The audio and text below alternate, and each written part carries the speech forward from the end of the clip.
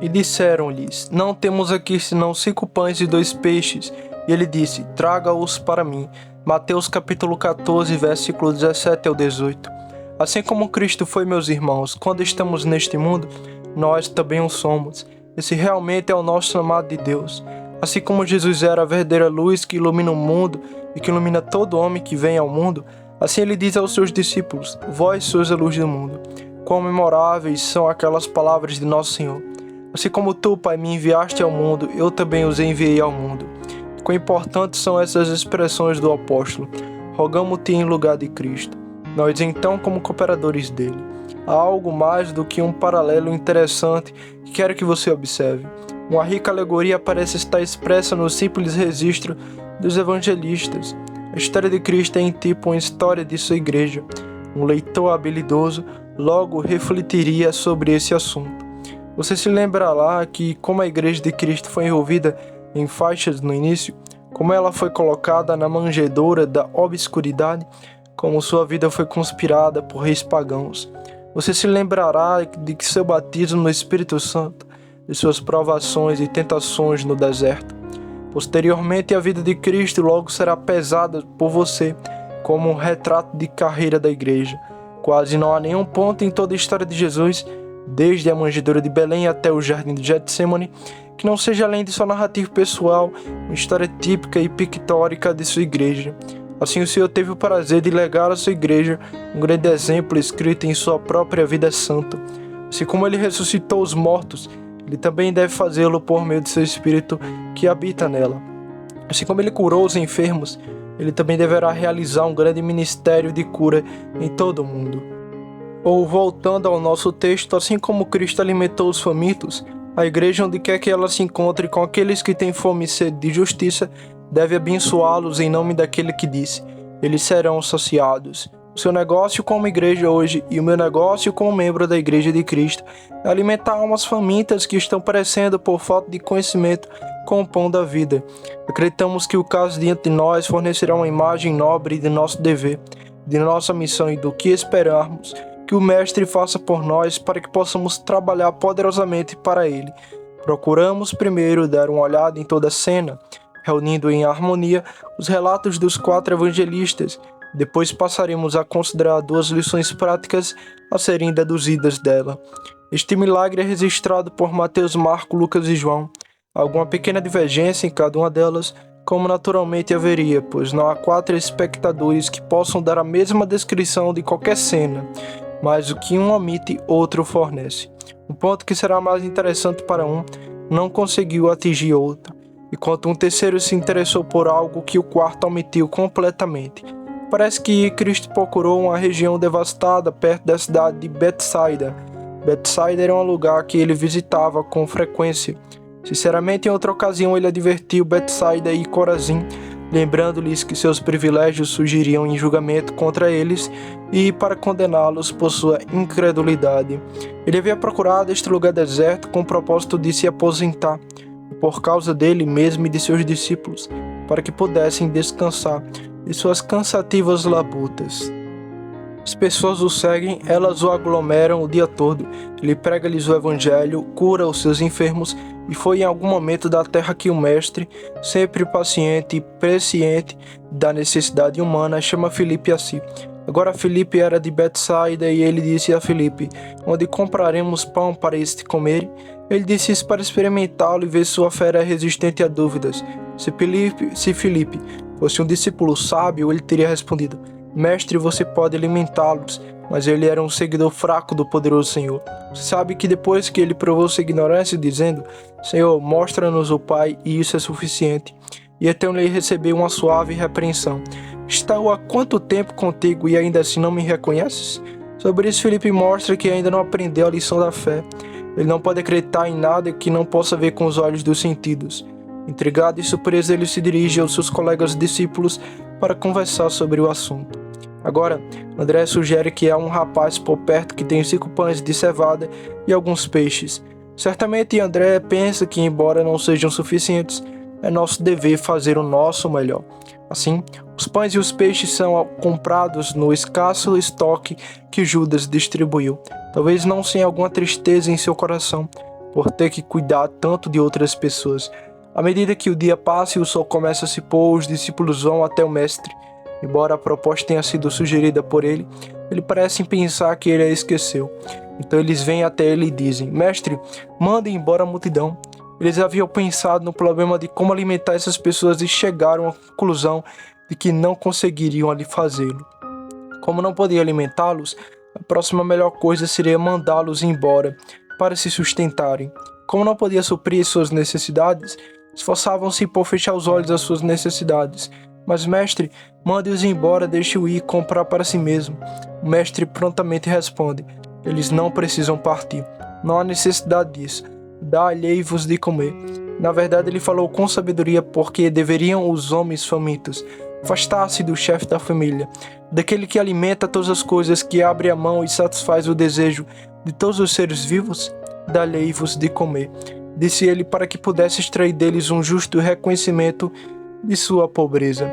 Mestre, disseram eles, temos aqui apenas 5 pães de cevada e alguns peixes. O que são eles entre tantos? Erguendo os olhos para a vasta massa reunida, calculam aproximadamente que devem haver 5.000 homens, além de um bom complemento de mulheres e crianças. O mestre ordena que tragam pães e os peixes. Ele os toma, mas antes de quebrá-los, sendo um Deus de ordem, ele ordena que o povo se sente em grupos. Marcos, que é sempre um observador atento em pinta, como todas as pequenas minúcias do quadro, diz que eles se sentaram na grama verde como se ele fosse extremamente abundante e verdejante. Em seguida ele acrescenta que eles sentaram em grupos depois, usando uma palavra que é traduzida como em fileiras, em nossa versão, mas o grego é o mesmo que você usaria se falasse de uma longa série de cateiros em um jardim de flores, que é parterres. Eles se sentaram em camas verdes, por assim dizer, com caminhas entre eles. Marcos parece ter tido a ideia de que elas eram como uma série de flores que seu mestre regou, quando todos se sentaram assim para que os fortes não lutassem pelo pão e o pisassem, para que os fracos não fossem negligenciados, todos colocados em suas fileiras. Então o mestre ergueu os olhos diante de todos eles, pediu uma bênção, partiu o pão e deu aos discípulos, também aos peixes. Os discípulos circularam e distribuíram a cada homem, a cada mulher e criança, e eles comeram. Eles jejuaram o dia todo, então ouso dizer que não teríamos muito errados se seguimos o exemplo de um compatriota que ouvimos uma vez, colocássemos o ênfase marcante na palavra comeram. Eles comeram. Eles comem até que sua fome seja saciada, comem até ficarem saciados, comem até ficarem abundantemente saciados. Então eu poderia supor sobre a mesa ou em um lugar de grama verde, onde Cristo havia colocado os primeiros pães e peixes, os fragmentos que ali estavam se multiplicavam. Não gostamos da ideia de os discípulos andarem por aí para recolher as sobras, os restos e as migalhas que caíram de cada homem. Dificilmente alguém pensaria que teria sido apropriado. Mas aqui estava o pão que não estava estragado, que não tinha caído na poeira ou na lama, fragmento, e eles juntaram mais do que inicialmente. Aqui também temos uma maravilha. As coisas foram multiplicadas por divisão e adicionadas por subtração. Restava mais do que havia no início. Não há dúvida de que isso foi feito para desarmar a dúvida e derrotar o ceticismo. Dias depois, alguns desses homens poderão dizer: é verdade que comemos e ficamos satisfeitos. Ou parecia que comemos, mas pode ter sido uma espécie de sonho. O pão que sobrou, os 12 cestos cheios, fornecia algo sólido para eles olharem, para que não pensassem que era uma ilusão. Eles reuniram os 12 cestos cheios. Esta parece ser a parte culminante do milagre.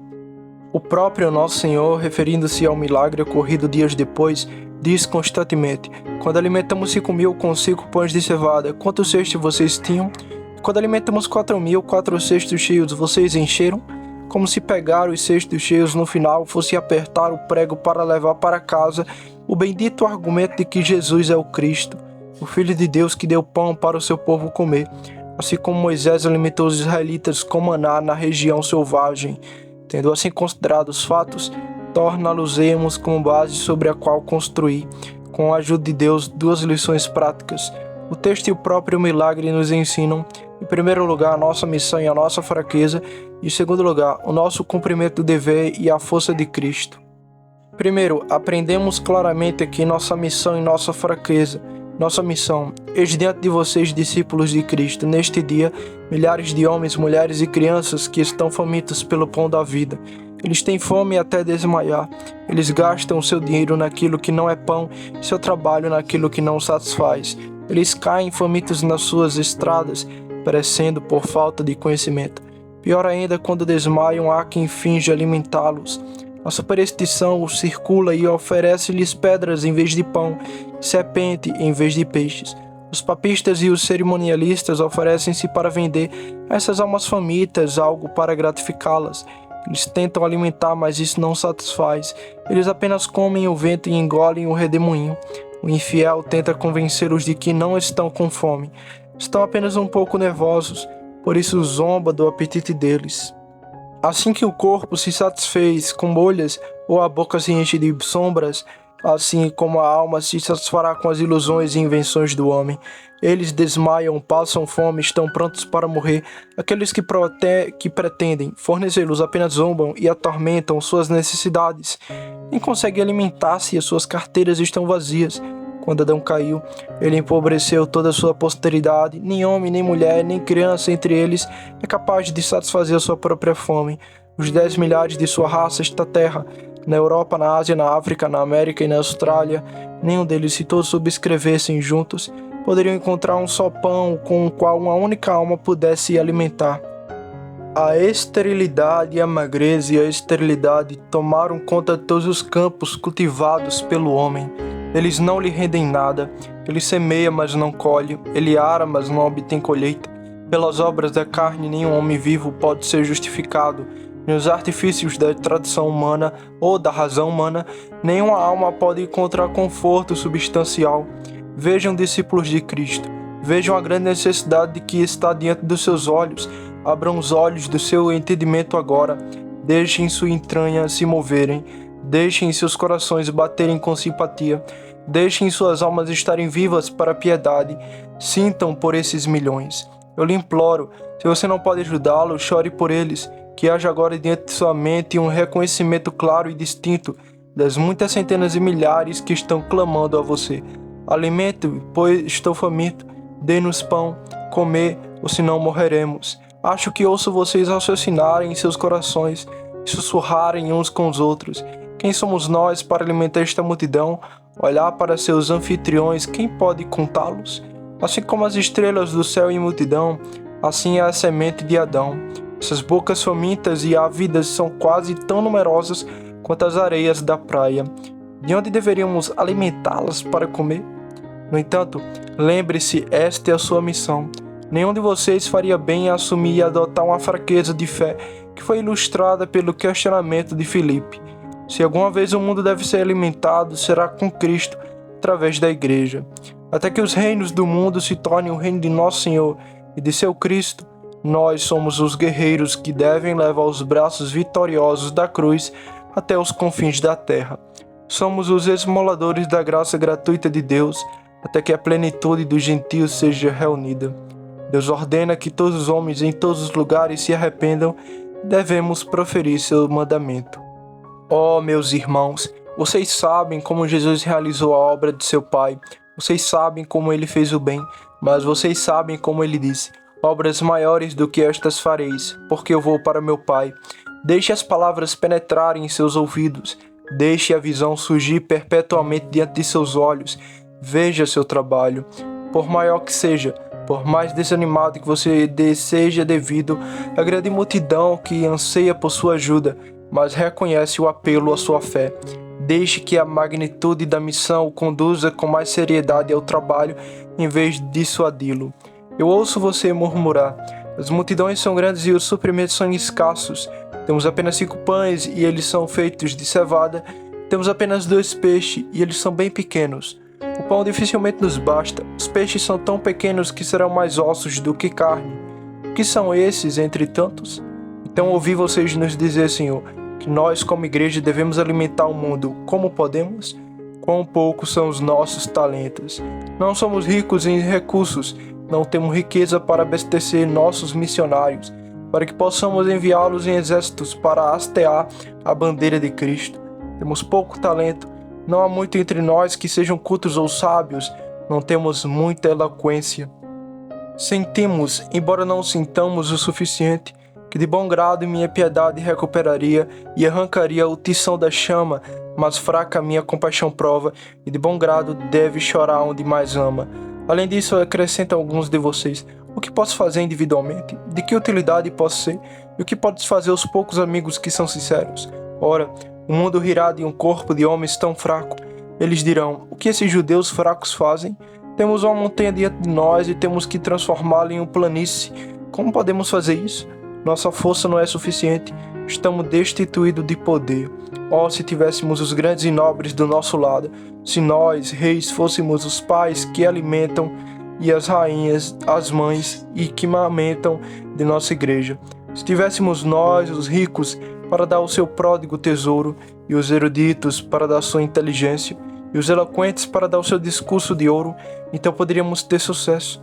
Mas infelizmente, prata e ouro não temos, e aos pés do mestre podemos depositar apenas pouco, tão pouco que é totalmente insignificante quando comparado com as necessidades dolorosas do mundo, os comoventes gemidos labiosos de toda a criação. Então acho que ouço você suspirar e dizer novamente: não há nada que possa que saibamos, não há mais pão que possa ser obtido, não podemos comprar para toda esta multidão. Se nós mesmos temos pequenos dons, não podemos comprar a eloquência dos outros. Na verdade, não adiantaria nada se fosse comprado, pois a oratória comprada não serve para nenhuma causa. Precisamos, para a causa de Cristo, da expressão livre de homens dispostos que falem pela garganta e sintam no coração o que propõem com os lábios. Esses falam porque não podem deixar de falar. Ai de mim se não prega o Evangelho. Se tivermos pouca capacidade própria, não poderemos comprar mais dos outros. Os ofícios do amor nunca podem ser delegados a um mercenário, mas acho que ouço seus espíritos desanimados clamando: se pudéssemos adicionar tropas mercenárias às hostes de Deus, poderíamos ter sucesso. Se pudéssemos obter por meio de nossas doações mais ajuda, mais força para o Senhor Deus dos exércitos, então poderíamos haver pão em sua casa, e então as multidões poderiam ser alimentadas. Mas 200 centavos não seriam suficientes para os 5.000, e milhões não seriam suficientes para os milhares de milhões de homens e mulheres pobres e ignorantes. Mestre, então o que podemos fazer? São tantos que nós mesmos não podemos e não temos o pão, e não podemos comprá-lo em nome deles. E então ouço o gemido de alguém que está ficando grisalho com a idade. Oh, eu sinto isso, mas está ficando tarde para mim, e as necessidades do mundo estão ficando cada vez mais severas. A fome continuou até os homens ficarem famintos. Eles ficaram sem pão até que estivesse prestes a perecer e desmaiar no caminho. E a noite chegou, uma noite longa e triste. Quem trabalhará então? Estamos prontos para descer à nossa sepultura, as nossas sombras são alongadas e a nossa estrutura é colhida. Somos fracos e perdemos a cabeça como juncos, como homens que procuram a sepultura que há muito os procura. Deixe-me dizer-lhes, irmãos e pais, nós que estamos na nossa juventude inicial, também sentimos isso. Bom Deus, nossos dias agora giram ao nosso redor e nossa semana parecem se embilar no ar, deixando um rastro como o de uma marca em chamas. Por mais que trabalhemos, alguns de nós podem dizer que não perdemos tempo na causa de Cristo, mas nada podemos fazer. Parecemos ser como um homem sozinho contra um exército incontável, ou como uma criança tentando remover uma montanha com suas próprias mãos insignificantes. A noite está acabando, estamos ficando cada vez mais cansados. Nossos anos estão passando, nossas mortes estão chegando, as almas estão morrendo, o inferno está enchendo. Na catarata da destruição, os homens estão sendo lançados incessantemente para além da nossa vista, para além da nossa esperança. Não conseguimos fazer isso. Quanto mais sentimos a nossa responsabilidade, mais a nossa enfermidade nos oprime. Você nos chamou para um trabalho que é muito difícil. Não podemos fazer isso, mestre. Chegamos aos teus pés e dizemos que não podemos dar de comer a essas multidões. Não zombem de nós. Ordene-nos que não cheguemos às impossibilidades. Você nos ordenou pregar o Evangelho a toda criatura. Não podemos alcançá-los. Somos muito poucos, somos muito fracos. Somos muitos desprovidos de talento. Mestre, não podemos fazer isso. Aos seus pés estamos prontos para cair em puro desespero. Mas ouça os gritos da multidão que chegam aos nossos ouvidos. Eles nos dizem: Estamos perecendo, você nos deixará morrer? Estamos famintos, você nos deixará faminto? Nossos pais desceram ao inferno, e os pais de nossos pais permaneceram por falta do pão que desceu do céu, e você nos deixará morrer? Do outro lado da África, as multidões olham para nós do outro lado do mar e acenam com os dedos. Vocês nos deixarão morrer? Seremos para sempre terreno de caça para aqueles que se deleitam com correntes e derramamento de sangue? Da Ásia, eles levantam os gritos. Você sempre nos deixará? Seremos sempre escravos de Brahman, Sévia e Vixnum?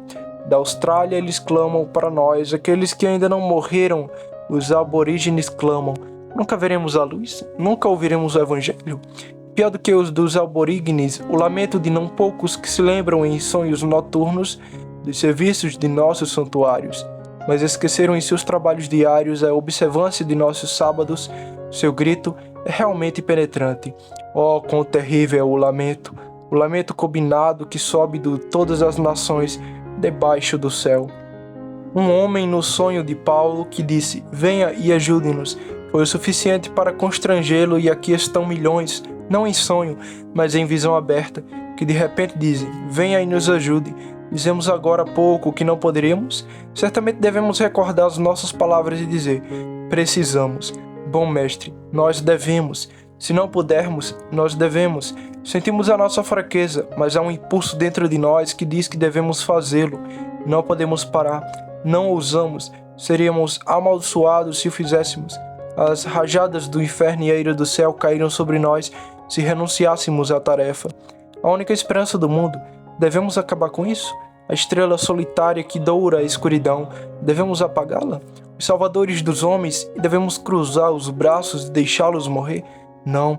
Pelo amor que levamos o teu nome, pelos laços que nos unes a ti, por tudo que é santo diante de Deus e humano aos olhos de nossos semelhantes mortais, por tudo que é eterno e gentil no pulsar de nossos corações e no anseio de nossas entranhas, dizemos que devemos, embora citamos que não podemos. No entanto, há uma forte tendência em nossos corações de transferir a responsabilidade pessoal. Vamos mandá-los para a aldeia para comprar carne. Olhamos para alguma Betsaida à distância e dizemos: deixe-o ir para lá e ficar bem. Esta é uma forte tentação em muitas igrejas. Talvez você diga: não temos todo esse trabalho para fazer. Existem outras igrejas, deixe-as fazer a sua parte. Em todos os subúrbios de Londres exigem capela. Ali está a igreja paroquial. Lá não se ouve o evangelho. Há um missionário da cidade andando atrás deles. Que necessidade devemos visitá-los? Sem dúvida, alguns homens bons pregando nas ruas. Que necessidade deveria fazer isso? Deixe-os ir para as aldeias e comprar carne. Ah, mas não é assim. O mestre disse a você: dê-lhes de comer. Deixe esta igreja sentir que deveria olhar para o mundo como se fosse a única igreja, fazer o máximo como se não tivesse ajudado debaixo do céu, mas tivesse todo o trabalho a fazer por si mesmo. Que todo o corpo da igreja, que nosso Senhor Jesus Cristo, em vez de olhar para as sociedades para evangelização, ou para o comércio, ou para os governos, lembre-se de que ela é a única salvadora do mundo. Cristo nunca encarou e encarnou em reis e príncipes. Sua encarnação hoje está na hóstia sacramental de seus eleitos. Se você me perguntar onde estava Deus na terra, aponto para o homem Cristo Jesus. Se você me perguntar onde está Cristo na terra, eu lhe indicarei sua igreja fiel, chamada pelo seu Espírito. E assim como Cristo era a esperança do mundo, a igreja também é a esperança do mundo. E ela deve assumir a responsabilidade como se não houvesse outra. Em vez de enviar alguns para esta cidade e outros para aquela, ela deve ouvir seu mestre dizer: dá-lhes de comer. Temos, queridos amigos, que muitos de nós estejamos entrando em uma situação muito tranquila em relação à morte de homens, porque ficamos fora do caminho deles. Tapar os ouvidos aos gritos dos famintos ou fechar os olhos às necessidades das viúvas ou dos órfãos não é a maneira de aliviar a fome, nem é a maneira de fazer o bem no mundo, de evitar os refúgios dos pobres e de deixar os antros da desolação e do pecado. Cabe a nós tocar o leproso com o dedo curador, não recuar diante de sua esperança e de sua presença. Cabe a nós ir encontrar os despojados, os feridos e os indefesos dos filhos dos homens, e então derramar o óleo e o vinho. Deixe o sacerdote e o levita, se quiserem passar pelo outro lado, Seu mestre pede de você um serviço cristão prático e pessoal, e seu cristianismo não vale nada, a menos que faça você prestar atenção à sua palavra, dá-lhes de comer, a menos que faça com que vocês, como membros individuais e como um corpo unido, façam o trabalho de Deus, trabalhar pelo bem do mundo e por amor de Jesus Cristo. Direi a vocês, pessoas, sobre minha responsabilidade, que a salvação do mundo está entregue instrumentalmente em suas mãos. No que diz respeito ao seu poder, vocês devem considerar-se como a esperança do mundo e devem agir como tal. E o que direi de você se, em vez de aceitar essa incumbência de Cristo, você fica quieto e não faz nada? Se depois de terem construído essa casa forrada na qual vocês se reúnem, vocês desconsiderarem outros que não ouvem a palavra de Cristo, se sendo vocês mesmos alimentados com o alimento do céu, vocês ficarem satisfeitos em deixar os outros perecerem, eu lhe digo que, como a igreja, estará escrito em sua testa: as vestes desta igreja serão rasgadas e seu véu será arrancado dela. Ele será colocado como um assobio, será feito um estalto de sal como a esposa de Ló. Por todas as gerações ela será olhar para trás agora que o mestre a chamou para uma grande e solene obra. Aquele que põe a mão no arado e olha para trás não é digno do reino. Tenho fé em vocês, queridos amigos, mas tenho mais fé em meu Deus. Tenho fé em vocês para que também não voltem para trás, mas aceitem a terrível responsabilidade que recai sobre vocês de dar luz ao mundo. Mas se vocês rejeitar, serei uma rápida testemunha contra você no último grande dia, de que você conhecia a vontade de seu mestre e que não fez, que você foi chamado para o serviço do mestre e voltou novamente para a indolência e a preguiça. Segundo ponto, tendo assim insistido em nossa missão e ampliado nossa fraqueza, é hora de mudar de assunto e chegar à nossa linha de dever e à força do mestre. Nosso cumprimento do dever começa, antes de tudo, na obediência imediata à primeira ordem de Cristo: traze-os a mim. Pois, mestre, é tudo que temos, 2 peixes, traga-os para mim. Em Marcos as palavras são usadas: vai e veja.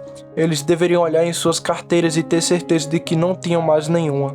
Eles deveriam vasculhar todos os seus tesouros e trazer cada crosta, cada pedaço de carne ou pão a Cristo. Traga-os para mim. Mestre, são pães de cevada, apenas 5. Traga-os para mim. São 2 peixes, são 2. São apenas 2. Não vale a pena pensar neles. Vamos guardar para nós. Não, traga para mim. Mas eles são peixinhos tão pequenos. Traga-o para mim. O primeiro dever da igreja, quando ela olha para os seus recursos e os sente totalmente insuficiente para o seu trabalho, ainda é trazer tudo o que ela tem para Cristo. Mas como ela os trará? Ora, de muitas maneiras, ela deve trazê-los a Cristo em consagração. Ao irmão aqui e ali que diz: bem, tem um pouco dinheiro sobrando. Não importa, diz Cristo, deixe que o que você tem seja trazido a mim. Ah, diz outro, tenho muito pouco tempo que posso dedicar ao trabalho para fazer o bem, mas mesmo assim traga para mim. Ah, diz outro, mas tenho pouca habilidade, meu estoque de conhecimento é muito escasso, minha fala é desprezível. Mesmo assim, traga para mim. Oh, diz alguém, eu só poderia ensinar na escola dominical. Traga para mim. Ah, diz outro, e não sei se poderia fazer isso, só poderia distribuir um folheto. Traga para mim. Todo o talento que a igreja possui deve ser levado a Cristo e consagrado. E observe isto. Fala uma coisa forte que alguns não serão capazes de receber. Qualquer coisa que você tem neste mundo que você não consagra à causa de Cristo, você rouba do Senhor. Todo verdadeiro cristão, quando se entregou a Cristo, deu tudo o que tinha. Nem o chama de nada que lhe seja próprio, mas é tudo do Mestre. Não seremos fiéis à causa do Mestre a menos que seja assim. O quê?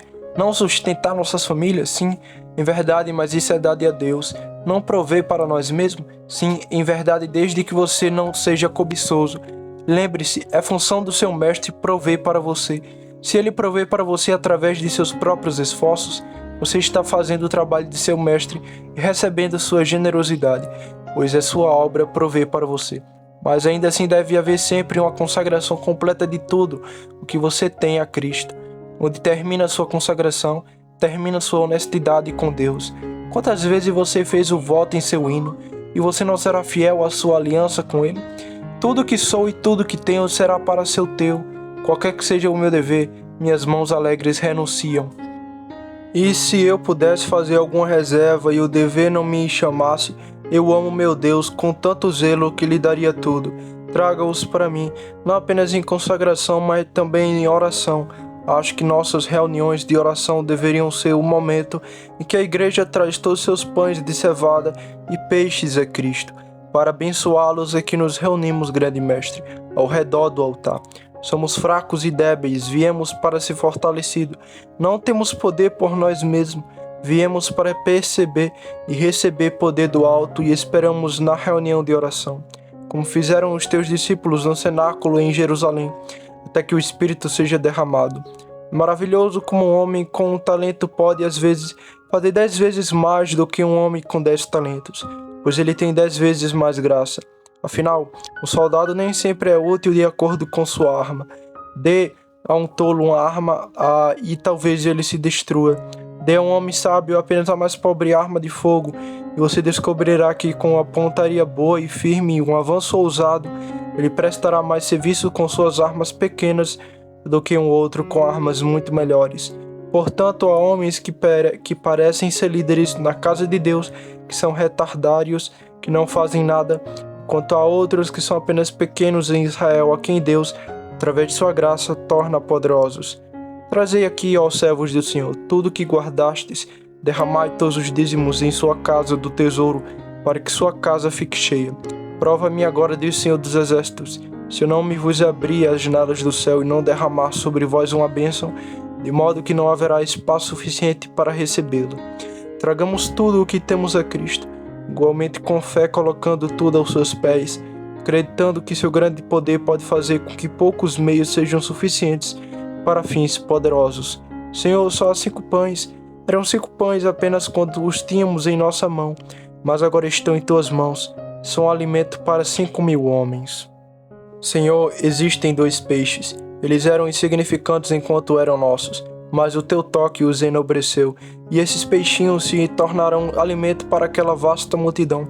Bem-aventurado é aquele homem que, sentindo que verdadeiramente consagrou tudo a Deus, pode dizer: já basta. Não quero mais talento, não preciso de mais substância, não gostaria de ter mais, há o suficiente para o meu trabalho. Eu sei que é totalmente insuficiente por si só, mas a nossa suficiência vem de Deus.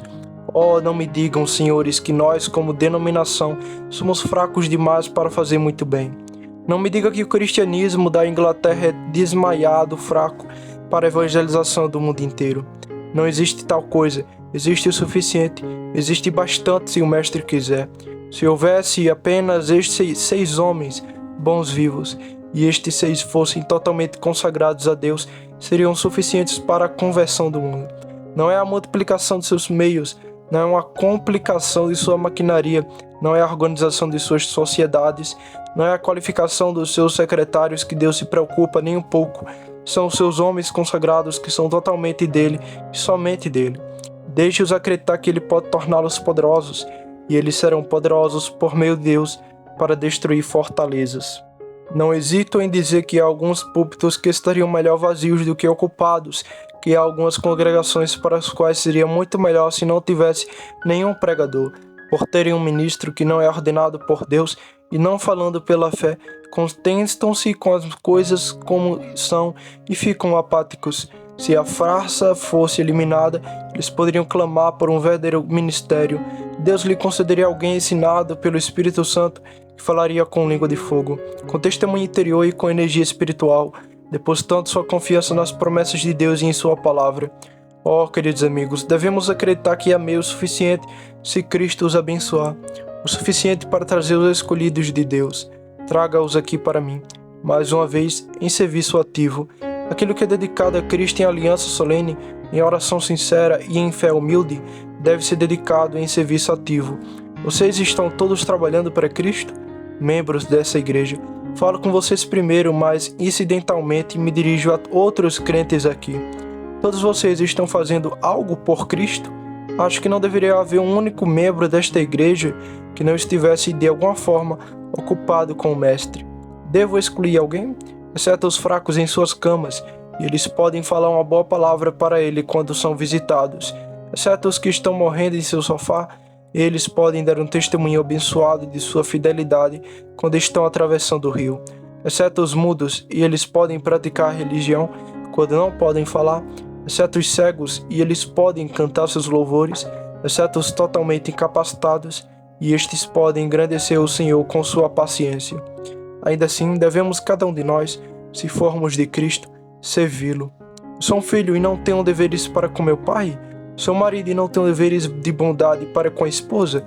Sou um servo e devo ser ocioso, descuidado e desobediente? O nome cristão é o único nome meramente nominal? Este é um título estéril? Esta é uma medalha para ser usada? Será esta espécie de cruz que os cristãos tornarão e uma grande que não tiverem feito nenhum ato de armas, nenhum conflito valoroso por Cristo?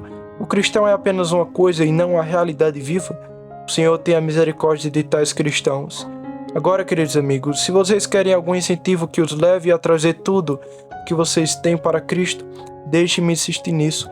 Ao trazê-lo a Ele, você coloca seu talento em sua mão, cuja mão foi transpassada por você. Você dá àquele que é seu amigo mais querido.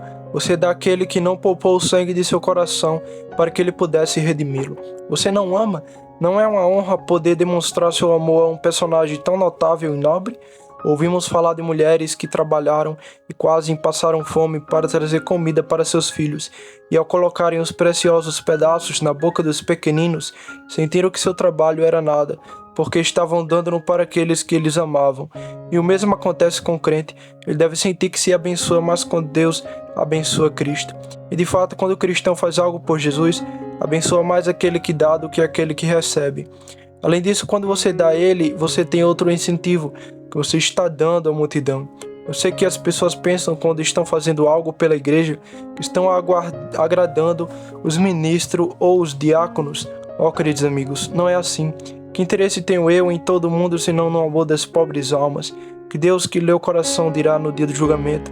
Não vive ninguém que deseje mais altruisticamente a salvação deste mundo do que o ministro que se dirige a você agora. E confio que posso falar o mesmo de meus irmãos em Cristo, que anseiam ver o mundo ser introduzido. Olhe para aquele mundo faminto, e quando você der o pão, deixe que aqueles olhos que o fitam, que aqueles que comem tão abundantemente lhe agradeçam, e que isso seja uma recompensa suficiente pelo que fez. Há um homem, creio, presente agora, de quem me lembra 1 ou 2, 3 invernos, que veio até mim para se filiar à igreja, e quando me sentei na sala para conversar com ele, vi pelo olhar dos pobres na face do homem que ele queria o pão natural e também o pão espiritual. Então eu disse: antes de falar com você, gostaria de vê-lo um pouco revigorado, e trouxemos algo para ele comer. Olhei para ele por um minuto, pois vi seus olhos brilharem, e saí da sala com medo de que ele não comesse tanto quanto eu estivesse lá. Embora possa lhe dizer isto, quando vi o grande prazer com que ele comeu, teria sido uma compensação suficiente para mim se aquele pouco tivesse custado 10.000 libras. E quando você viu o pobre pecador se apegar a Cristo com tanta avidez e ao mesmo tempo com tanta alegria, quando você viu seus olhos brilhantes e a lágrima escorrendo por sua face, você dirá: sou muito bem pago para ter feito bem a você, um coração tão pobre como este. Senhor, basta, alimentei essas almas famintas. Mais uma vez, traga seus pães e peixes a Cristo, em vez de seguir a Cristo para conseguir pães e peixes. Não é incentivo para que você mesmo seja o distribuidor? Quando éramos crianças e nosso pai cortava um pedacinho do baseado e o mandava para uma mulher doente na estrada, não nos lembramos de como Thomas e Mary costumavam brigar por turnos para ficar com a bacia? Sempre gostamos de bater na porta das boas mulheres e dizer: por favor, trouxemos algo para o seu jantar hoje. As crianças ficam sempre felizes quando há algo para oferecer. Se você colocar 1 centavo em suas mãos para dar a um pobre cego, como eles correrão alegremente. Exatamente o sentimento que o cristão tem quando, com o talento que consagrou a Deus, ele faz algo pelo mundo. Ele anda entre as fileiras e o alimenta, e fica feliz com isso. Então, para encerrar este ponto, traga-os para mim, você terá tanto quanto tinha quando os trouxe. Eles absorveram mais dos fragmentos do que deram. Cristo nunca permitirá que nenhum homem morra em dívida com ele. O que você fez a ele é abundantemente recompensado, se não em coisas temporais, mas em coisas espirituais. Os fragmentos encherão os cestos que são tão generosamente esvaziados. Você descobrirá que enquanto rega os outros, você mesmo será regado. A alegria que você transmite será mútua. Fazer o bem é obter o bem, e distribuir aos outros para Cristo é a maneira mais segura de enriquecer a si mesmo. Resumirei brevemente o restante do dever do crente. Quando você trouxer seus talentos a Cristo, tiver consciência de sua grande missão, seu próximo dever será olhar para cima. Agradeça a Deus pelo que você tem, olhe para cima. Diga: não há nada no que eu faço, não há nada em minhas orações, minha peregrinação, minhas orações, minhas ações, exceto que tu abençoes o todo. Senhor, abençoa. Então, quando você estiver abençoado, quebre. Lembre-se de que a multiplicação só veio depois da divisão e a adição só começou depois da subtração. Então comece a quebrar, a fazer o bem e se comunicar. Vá para o exterior e sirva ativamente ao Mestre. E quando você tiver quebrado e distribuído para outros, lembre-se de distribuir apenas pelas próprias mãos de Cristo. Você deve colocar seus talentos e habilidades nas mãos de Cristo. Ele dá a bênção sobre isso, depois ele devolve para você, depois você dá para o povo. Se eu lhe der o pão deste púlpito para comer, que é meu, não terá utilidade para você. Mas se tendo obtido isso em meu escritório, eu a colocar nas mãos de Cristo e subir aqui, e Cristo me devolver e eu der a você, você será alimentado plenamente. Esta é a maneira de Cristo abençoar os homens. Ele não dá a bênção primeiro ao mundo, é aos seus discípulos, depois os discípulos à multidão. Nós entramos privado, que distribuímos em público. Temos acesso a Deus como seus favoritos escolhidos. Nós nos aproximamos dele. Ele dá para nós, nós damos para os outros. Assim, queridos amigos, comecei colocando diante de vocês uma grande e elevada missão. Primeiro fiz vocês dizerem: não podemos. Depois tentei fazer vocês disserem: devemos. E agora quero terminar fazendo você dizer: nós podemos. Sim, Cristo está conosco e nós podemos. Deus é por nós e nós podemos. O Espírito Santo está em nós e nós podemos. Deus, Espírito, nos chama. Jesus Cristo, Filho de Deus, nos alegra. Deus Pai sorri para nós. Podemos, devemos e queremos. Os reinos deste mundo se tornarão os reinos do nosso Senhor e de seu Cristo. Mas nós mesmos acreditamos em Cristo? Se não, não podemos fazer nada. Venha primeiro a Jesus, depois trabalhe para Jesus. Dê a Ele primeiro seu próprio coração e depois dê a Ele tudo o que você tem. Assim Ele aceitará a sua oferta e abençoará a sua alma por amor de seu nome. Amém.